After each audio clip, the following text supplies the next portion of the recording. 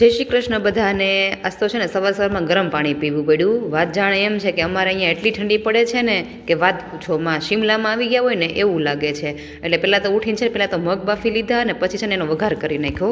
શાક બની ગયું, પછી ટિફિનની ફૂલકા રોટલી બનાવવાની હતી એટલે જો એ બનાવી લીધી. ટિફિનનું કામ પતાવીને પછી નાસ્તાની રોટલી બનાવી નાખીને એ તે હાથ પડી આજે તો મોટી મોટી કરી નાખી.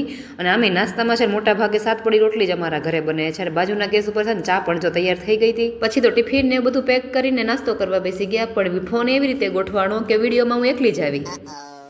પછી તો મેશવાન પપ્પા પણ જતા રહ્યા ને મારે આ વાસણ ઉટકવાના હતા. પણ અત્યારે આ હિંમત કોની હાલે વાસણ ઉટકવામાં. પછી તો જેટલી હિંમત હતી ને એટલી બધી ભેગી કરીને છે ને જો વાસણ ઉટકવા બેસી ગઈ.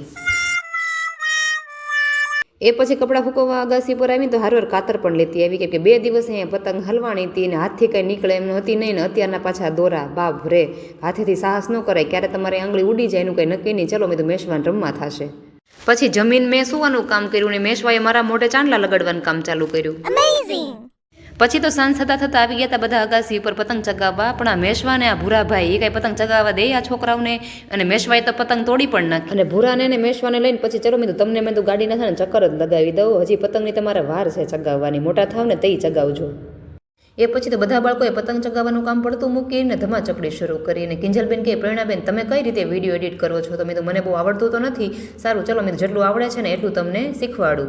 પછી તો સાંજે મારે બટેટા ભૂંગળા બનાવવાના હતા એની જો તૈયારી કરવા મળી હતી. પણ આગળનો વિડીયો આપણે આવતીકાલે આપશું કેમ કે બહુ લાંબો થઈ જશે.